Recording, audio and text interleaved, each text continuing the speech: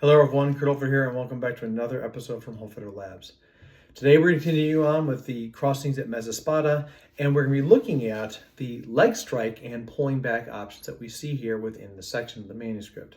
Now, the thing that's interesting about this right here is, again, if we follow the algorithmic process, at least that's how I see it, and that we're looking at a crossing that we see in a master play, and then we continue off across, it might be interesting as to why is this considered a mezza spada play? Or is this just something right here that allows for us to continue on with different concepts as far as largo and stretto kind of actions?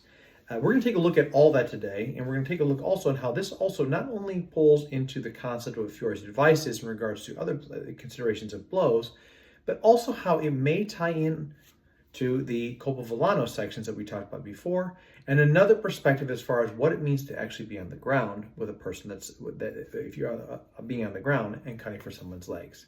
So with that being the case here, let's get into it. So this week here, we're looking at a favorite of ours that in many ways I believe has got lots of different concepts to how we find ourselves into strike patterns, as well as also advice that Fiore tells us about the Colpi.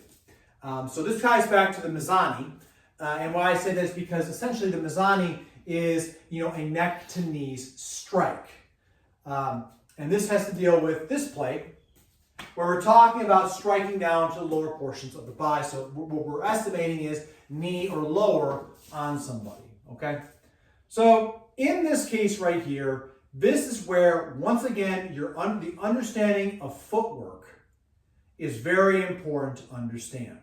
And that right there is where, again, if you understand the cressere, again, we think of this right here. This might be a gathering step as later on. But for Fiore, he just simplifies it down to say in the concept of, I'm going to utilize this right here to decrease the distance. So he cuts towards the leg right here.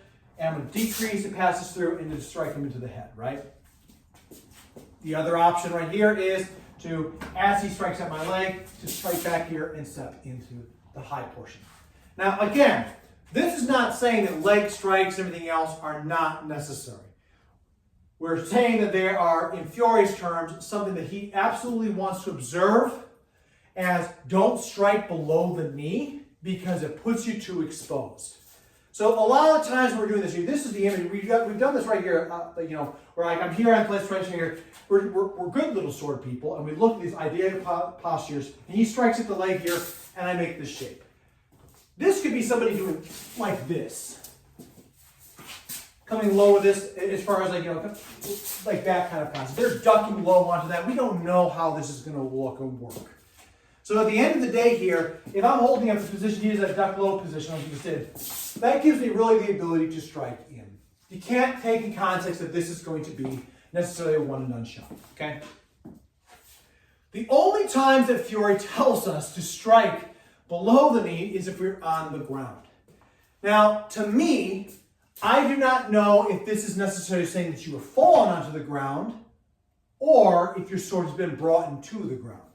Perhaps he's saying both. Perhaps he is saying, hey, if you're on the ground, hit a leg, because essentially, if I hit the body this way like this, I'm hitting with that neck to knee structure. Okay? If I'm on the ground, I'm doing this, then my neck to knee structure is this on somebody. It's the lower quarter area there. That's fairly easy to see. So if I lay down here like this,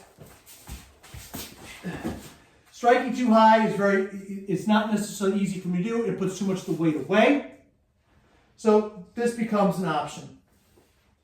But I'm going to tell you why I do not like that.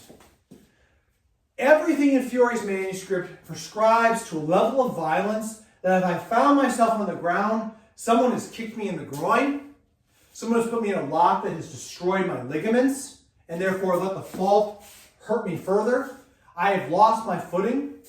So every time that you find yourself on the ground in Fiore's manuscript, you're injured. And I'm not saying that, because here's the thing, I don't think that other masters and maestros at the time didn't teach that concept. But the logic of the manuscript is if you find yourself on the ground, that I don't necessarily see that as you are going to be able to fight off the ground in that space.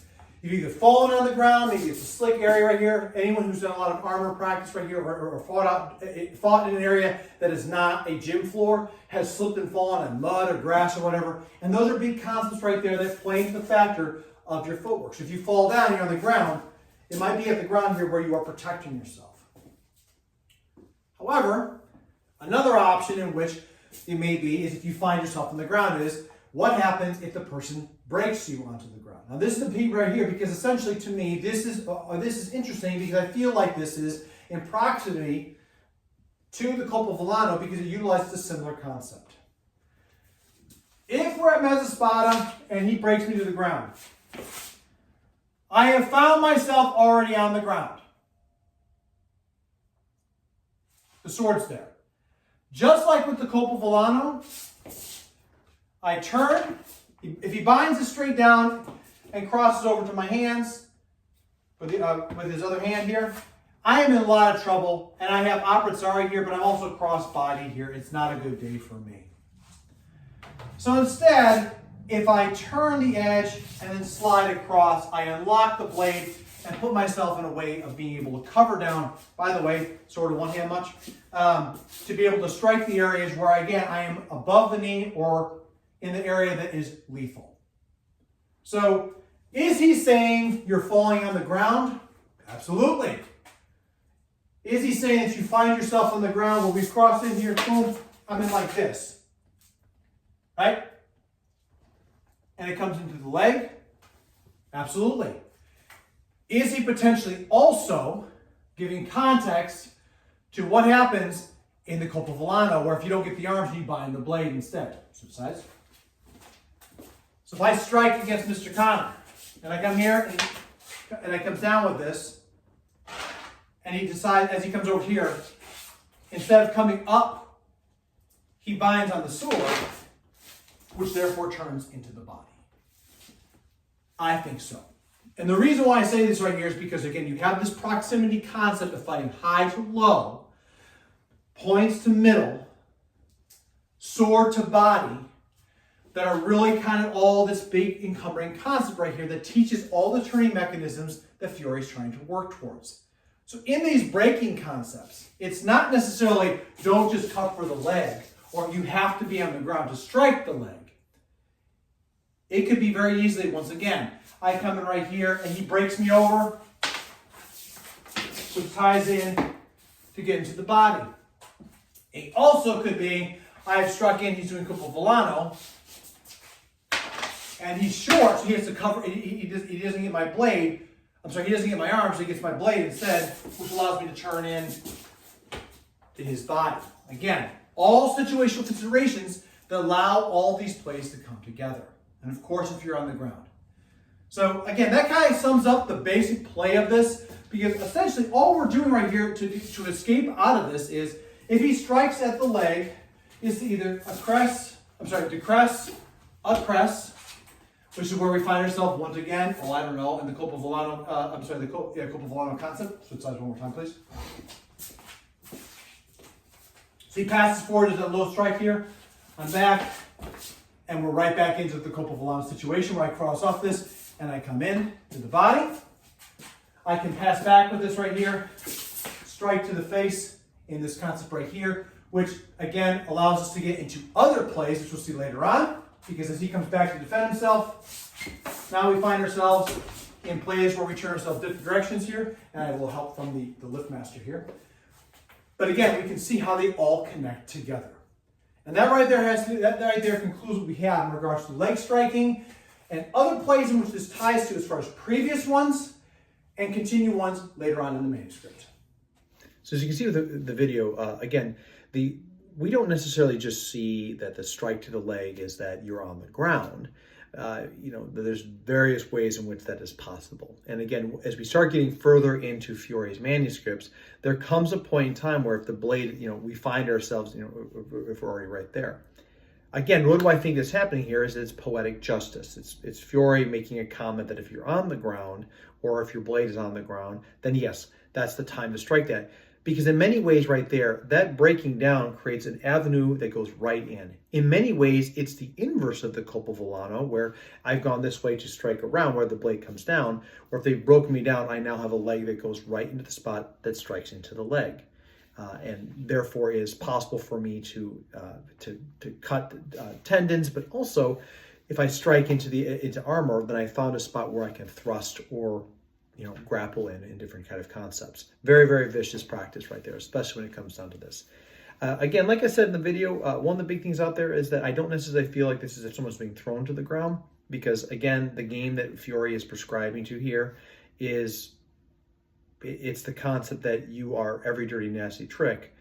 And every throw that I've seen within Fiore's manuscript so far it's not about throwing somebody so they get back up easily.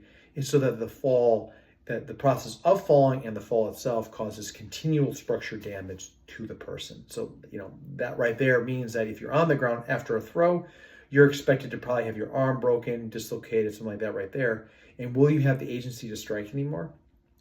I don't think so. So again, I gave my situation as far as it being on the ground here because combat is crazy and you may find yourself down there. There's always certain options of it all. But again, if we're talking about the options about being in there, that's something to be looking at. I see it much more about being dropped down this way, which strikes into the blades. And again, the other part too about this is that, again, it really shows like the action concepts of being how we can create different types of plays off of this. If we looked at the concept of using the accrescimento as someone who strikes the leg from below, you also have the ability from there to fall on top of the arms, just like we saw with the Colpo del Villano, with someone that's trying to come up with a very serious revezzo.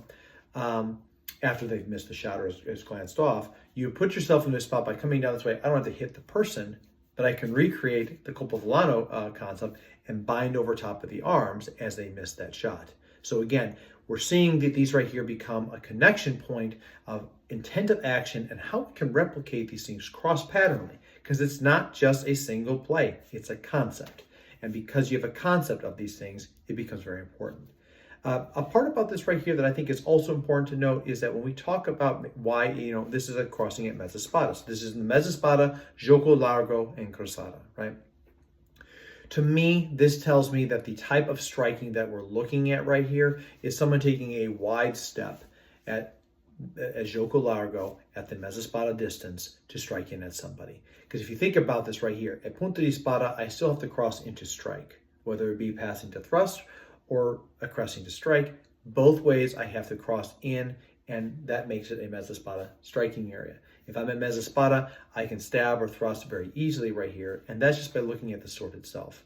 So if I'm at mezza spada, if I'm coming down to the leg, we're talking at that area right there is an area where you may have your legs at distance and at danger, which again, another hidden device piece to this to me is that Fiore is also giving a nod that at mezza spada, your legs are just as viable as the upper body. But again, he doesn't advise it unless you are already there, which to me tells me it's being already brought to the ground. And as you've seen, if it's armor, there's ways to use it against you, but striking at the leg when you have nothing there is kind of a waste of time. So with that being the case here, please let me know what your thoughts on this right here is concerned. I know this is a play that I think is very deep and has a lot that reaches towards other things out there. And I'm curious to see what you think about all of it. As always out there, please share with a friend out there, like, subscribe, leave a comment below, and don't forget to hit that bell to be notified when new content drops. We'd love to have you on this journey right here, and it's not possible without viewers like you. So please come and join us. As always, everybody, until I see you, please stay safe out there, train well, and fight on. I'll see you all soon.